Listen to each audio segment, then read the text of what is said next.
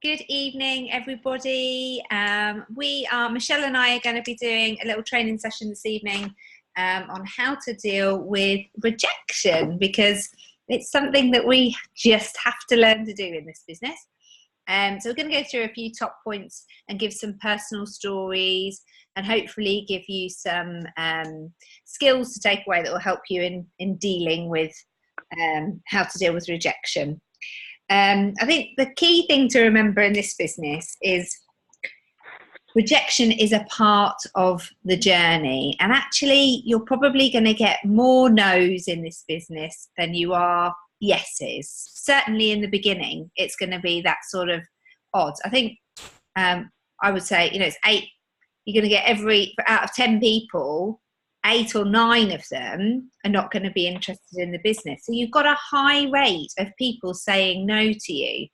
And the thing that is very easy to do in this business is to take it personally. And that's going to be our first point that we're going to talk about. Is this is business at the end of the day, but it's very hard, especially when you're new to business, to not take it personally. I remember the first time I spoke to one of my best friends, I thought she was going to jump on board, thought it'd be absolutely brilliant.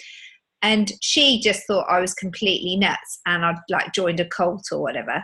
And I was devastated. I mean, after I saw her, I literally was in tears, about it. But the thing that you need to remember about it is it isn't about you. They're not saying no to you. They're saying no to the opportunity. And there may be a reason for that. It might just simply not be the right time for them, or financially they're not in a position, or most of the time it's because it's brand new to them and it hasn't had time to, you're sowing a seed at that stage and it hasn't had time to bed into their brain of even the possibility of having this business. So, but what we often do is in that situation, like I did with my friend, was we retreat and we go, oh my God, this is going to be a continuing thing. I've had a few no's in a row. This isn't, I'm not going to be very good at this. And we tend to go in this really negative spiral, which then impacts us massively in terms of moving forward. Because we're then moving forward thinking about this in a really negative way. And 100%, if you're going into a meeting thinking that person isn't going to sign up, or you're worried about what the outcome is going to be, and you're worried about obviously them saying no to you again, the chances are they're going to say no, because people genuinely pick up on that. So the first thing you've got to remember is that it is not about you at all.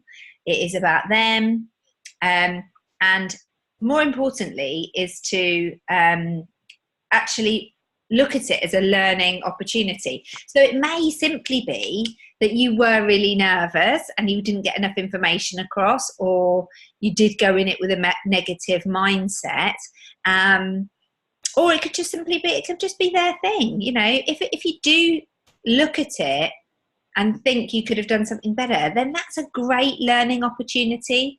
So I really think that you should view these things, as every single rejection that you get, as a learning opportunity, and just work out what it was about, why they've said no, so you've got a better understanding. And if it's something that you can do and improve on, then that is what it's all about. If it's that you need to work on your confidence or your belief or whatever it is about this business when you're talking to people, then that's great. It might just simply be that it's not the right time for them. So really don't over analyze it. Any other little points on taking it personally, Michelle, or example that you've got? Well, yeah, I mean, it's such a broad subject really, isn't it? But personally, I would try to not think in terms of rejection. I actually think the word is quite negative and I don't like it. I'm trying to take it out of my lexicon really. Yeah. Because, I was reading an analogy. I thought this was a brilliant analogy. You walk in, you think, oh, I'm going to have an ice cream. So, here I am in Italy. I still haven't actually had an ice cream, would you believe? I've been here for a month. But there's a wonderful, wonderful ice cream shop that we go to. And you walk in and they make their own ice cream, and there are loads and loads of flavours, and they're always new ones that they bring on. And so you walk in and there could be 40 flavours of ice cream. Wow. And you sit there and you look at it all and you think, I want that strawberry or I want that chocolate or whatever. You choose the one you want. You're not rejecting the other 39. Yeah. You are just simply making a choice at that particular point in time of, this is what I want. And I think that in some ways, although that's a kind of strange, because that's more of a, the person behind the counter isn't saying, but why don't you want the melon, or whatever. But I think in some ways it's almost the same thing. When we are offering something to somebody, if they say, you know what, no, I don't think that's for me, I don't fancy that at the moment. To me, trying to think about it almost in those terms, it's a bit like somebody saying, do you want a coffee now? No, I don't think I do really. I don't really fancy coffee at the moment. That's okay. It doesn't matter. As you say, we wouldn't take that as personal rejection. We wouldn't even think of it as rejection. We would just think, oh, she doesn't want a coffee now. Yeah. And we would move, and that would be it. And the conversation would just carry on. Now, I know that that's quite flippant and it doesn't feel like that at the time, but I actually think that trying to change the way that we talk about it and the way we think about it, and stop thinking about it in terms of rejection and just saying, look, I'm giving somebody a choice, and if they're not up for that choice at the moment, if they don't want it, that's fine. They might do next week, they might do next month, they might never. But it's just a choice I gave them, and they said, no, thank you, not at the moment. I'm not interested. And I think that is a perfectly valid way to think about this. It's not that they are saying, no, I hate everything you're doing, or no, I think you're a complete idiot, or no, I've heard all about this horrible pyramid scheme or whatever. I mean, if they do come out with stuff like that, that's a different thing, because that's a whole new conversation. That opens up the conversation then, which is great. But if they just say, you know what, no, I've heard about this and it just doesn't interest me, you say, okay, well, maybe, and you can extend the conversation if you want to a bit. But if they actually say, look, I'm really not interested, great. Should we go and have coffee? So I think for me, the word rejection is actually quite negative, and I try to change that. But I think also there is that way of having the conversation, and I will say this right now, I can talk about this till the cows come home. I still find it really difficult, without any doubt at all.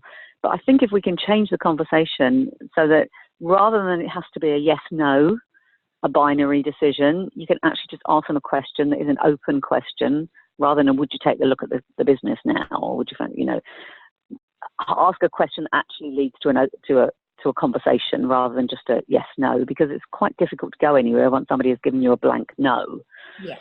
So that's kind of my thinking at the moment, is how to extend that conversation to make it into something that's a perfectly natural thing to be talking about. If I was trying to relate it back to when I worked in the corporate business, well, if a job came up that I thought somebody would be interested in, I'd go and I said to them, there's this job come up. Are you interested? Yeah. I thought it might be right up your street. Well, nobody ever said to me, how dare you? Of course I'm not interested in that. They would either say, yeah, well, tell me some more, or they say, no, actually, I've got something else on the horizon and I'm not interested in that. So, I think that we've got to try and turn it round to something that is it's just part of the conversation that we have with people all the time. Does that make sense?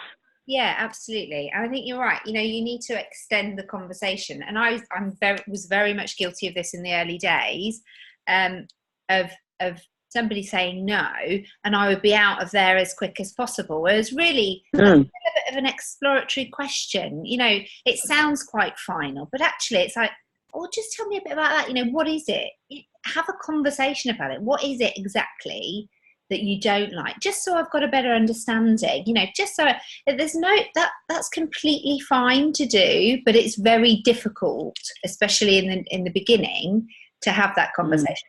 Sarah Law did a great thing. She was on stage at GTC and did a training, and if somebody said no, she couldn't wait to get out the door. She'd got her sample bags together and gone, made a bit of polite chit chat conversation and was out of there. But with confidence, as you just practice this.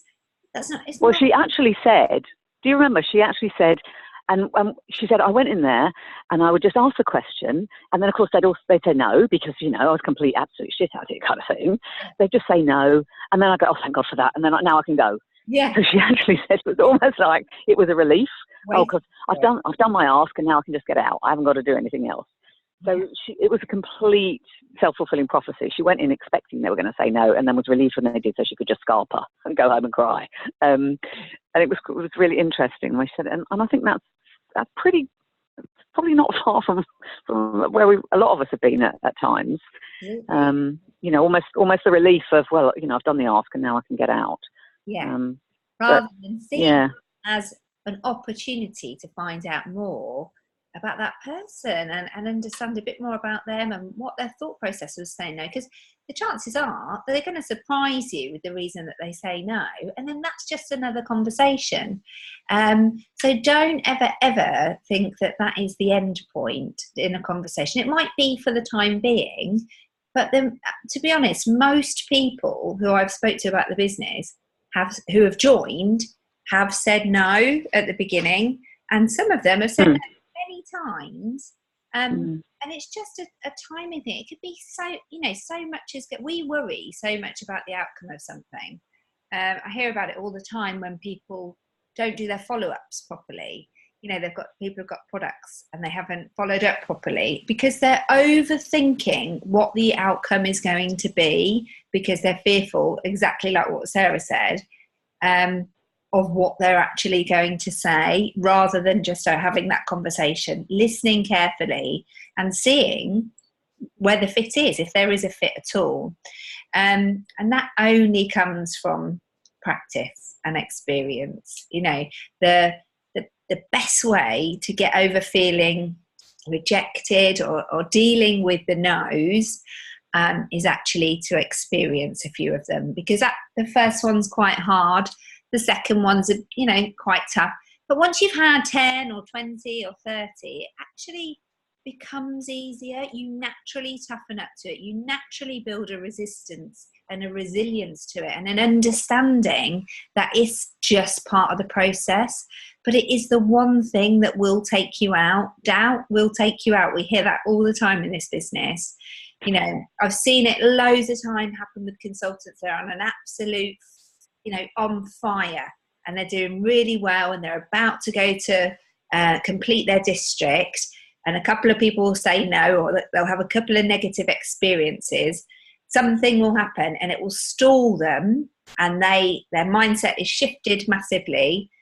Doubt takes them out, and then they drop out. They drop out, whether they drop a level or they drop out of that momentum. But your mind will take you out of this game if you allow that doubt to creep in. And it really, I think, yeah, go on. Carry on. Go on. I've got something else I was going to say. Yeah, carry on, Rebecca. No, that's it. That's all I was saying, really. That is, it's so key that you just don't overthink it. Yeah, and I think that as I say, this is something I still struggle with, and I think most of us actually avoid asking people because we're so worried about the fear of rejection. Actually, if you actually added up how many times people have actually said a straightforward no, you probably find it's very few, because you find that actually, when you really look at it, you haven't actually asked them. You've kind of made that assumption, and you haven't actually gone there. And again, I was reading something, and it was really interesting. And this guy he said, when a homeless person, a genuine homeless person on the street is begging, they don't care about rejection. They are desperate. They are asking every single person who's passing by, can I have some money? Can I, whatever it is. They just, because their need is so great, it doesn't matter what people think of them. Don't give a damn. And it comes back to that thing about your why. How strong is your why? And what I thought this was a really good way that he described it. He said, write down something that if I don't build this business, this will happen. Yeah. So write it down. If I don't build this business, whatever. And then read it. And if that doesn't make you sob and tear your heart out, then it's not strong enough. You need to have something that is so strong that it doesn't matter what other people say. It really doesn't matter. You just realise they're just missing an opportunity. That's okay. I'll just move on to the next person. But all the time, as you say, that thing about doubt will take you out. If your why, if your reason for doing this, if your belief isn't strong enough, then when other people rubbish it, or what you see it you interpret it as they're rubbishing it, that undermines, then you go, oh, well, maybe they're right. Maybe it isn't that great. Maybe I'm not any good at this, or maybe, it's not for me, or whatever. And that doubt grows and grows and grows very quickly. But if your why is so strong that, if I don't build this business, then X is going to happen. I don't care what those people think. I don't care what they say. I'm just carrying on. And for me, that's a really, really strong thing. And if we don't have it, and I think we have to keep revisiting it as well, because we lose it a bit, you've got to have something that really, you have to really believe that what you're doing does matter, and that it is important, and that it is helping people, and that it is right for you and all that. And then other people's opinions, they're just their opinions. Yeah. That's it. They're nothing more than that. So I agree that doubt thing is enormous. Yeah. Problem, but doubt only comes in. Other people's reactions will only cause you to doubt if you already doubt yourself. Yes, they won't affect you otherwise. I mean, you think about so many other things in your life where you've been absolutely determined to do something, and you're sure that this is right for you and everything, and other people have said, "Oh, you'll never succeed. You'll never do that. Oh, I've heard hundreds of people trying to do that. They've never done it." How many times have you heard that before in your life? And you've gone, well, I'm different. I am going to do this, and I am going to, because it's important for me. And you've gone out there and proved them wrong. We've all done it. I'm sure everybody can find something in their lives where they've gone out and done that. So I think that's what we've got to do. Dig deep for that. Yeah. And there's loads of little talks on this, actually. Like, there's loads of little TED Talks on how to deal with doubt. Really short little presentations. I listened to a really good one, Angela Lee Duckworth. She did, and that was all about grit. Grit, finding your grit, the thing that empowers you to go on regardless of failure and setbacks and challenges. And it's very much linked to, obviously, your why, but it's your motivation that keeps you going through the no's, and accepting that. Sarah Dunning, she had nearly 200 no's to the business before she got her first business builder. And that, I think that's insane amount of people to get through. And most people would have given up, by, if they're 20 in and they still haven't had a yes, then they would start to doubt it. But that's what you've got to have. You've got to have that grit and resilience to just keep getting up. She will say herself, I'm no different to anybody else. I've just had more no's than anybody else. I've just, every time that I've had a no, I've got up and just got out there, and irrelevant of what happened, she's shuts the back door. I love that phrase. There's no influence to what's happened in those previous no's to when she then goes to another person. And that's really key, that you can't let those what you deem to be failures or rejection, whatever words that you want to use for it, influence you moving forward, because that's the thing that's going to take you out. And the other really important thing, I think, is to have, because we all do it. I do it. It's almost like a self-sabotage thing. When you're doing really well, something bad happens, and then you just spiral into that negative mindset and thought process, and it's really personal, and it's all going on in your own head. But I think the key thing, especially with our amazing support that we have within our team and our success line, is share that, ensure that you're surrounded by a good support system, people that you can talk to about it. Share it with your sponsor or your sidelines or whoever it is that you feel that you can share this information. Even if it feels stupid, once you say it and get it out there, the things that are bothering you or your concerns, they immediately become halved, and then actually you're able to view it in a much more rational manner and logical manner. And if it's something that you can logically do to make that situation better, you're able to see it much more. When you're in that moment where you're spiraling out of control in this mindset, you can't think logically at all, and you'll just make that situation so much worse. So, all of my people in my team, if you ever feel that way, or you're concerned with some rejection or something that's happened that's stalling you or preventing you from doing it, just share it with it, because actually that makes such a difference, just to be able to have that conversation, because you just think it's you that it's happening to, but the reality is it happens to everybody. Absolutely. I've done that plenty of times, haven't I? Reached out and said, I need some help. I need some help here. I'm not doing, this isn't working. And yeah. That conversation usually just leads to the solution. Having the conversation leads to a solution, which you come to on your own. You generally come to on your own, but you need to verbalize it and get it out of your head, because doing it in your head is just catastrophic.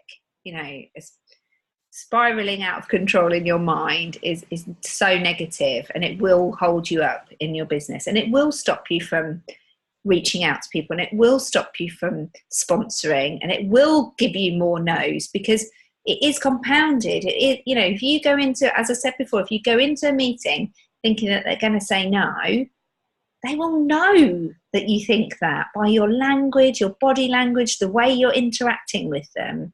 You've got to be really passionate and have real validation with what you're saying to them. And now I just assume that everybody's going to say yes. Of course, they don't all say yes, but I go in with that attitude now. This is such an amazing company. This is such an incredible opportunity. And I know that. And I know that they're going to join because they're going to completely get what I say. I go in with that mindset. And even if they don't say yes, it doesn't matter. The outcome is irrelevant with this. And I'm really starting to learn that, something that Fiona said. She goes in with no expectations, but knowing that she's got the best thing to offer. And that is definitely picked up. I think that's right.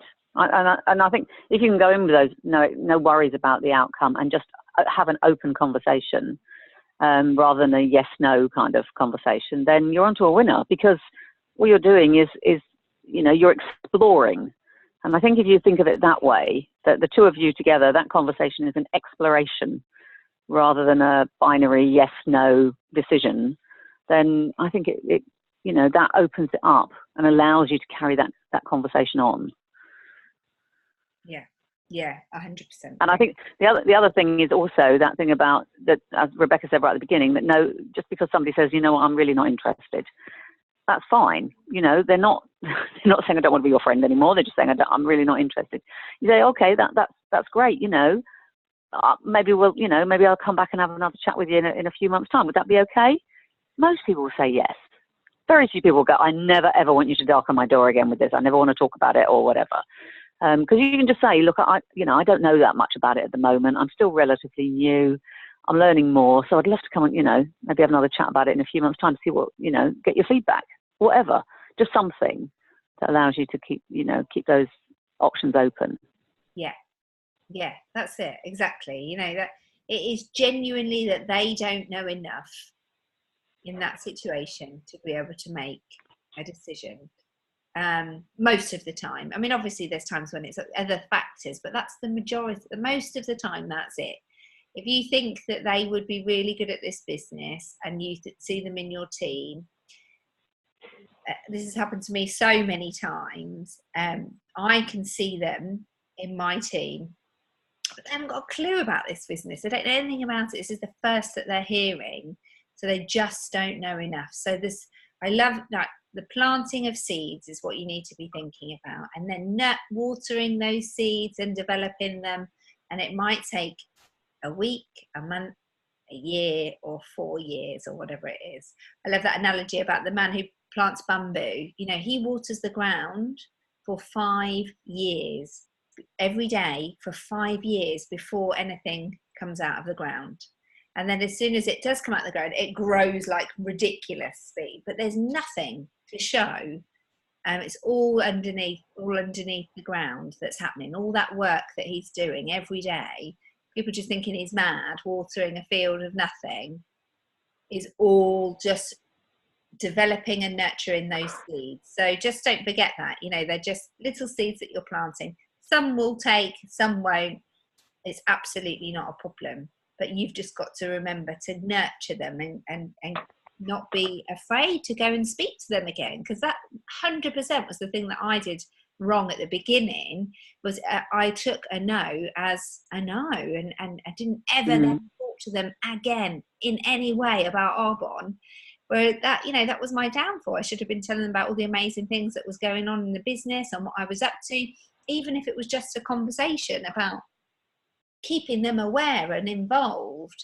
So just don't be afraid about it. It can be something, it can be something as simple as, if they say, no, I'm really not interested, say, look, I'd love you to maybe join my group, my Facebook group, or like my Facebook page, because I post stuff about that and I'd be interested in your feedback, and that will help you understand more about what I'm actually doing.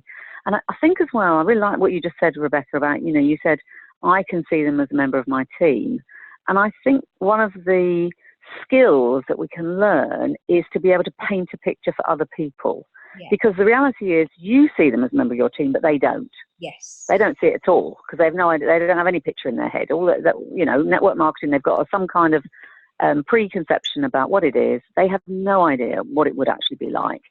So if you can learn to actually paint a picture for them and say, look, this is what it would be like, you know, and you talk about it, and they go, oh, okay. I mean, one of the things that I always say to people is things like there are no minimum orders, there's none, you know, this, and it's things like that suddenly they go, oh, right, okay, didn't realise that, thought that, you know, I had to be like active out there, you know, building a business, and I had to buy a big kind of starter kit, and I had to do this.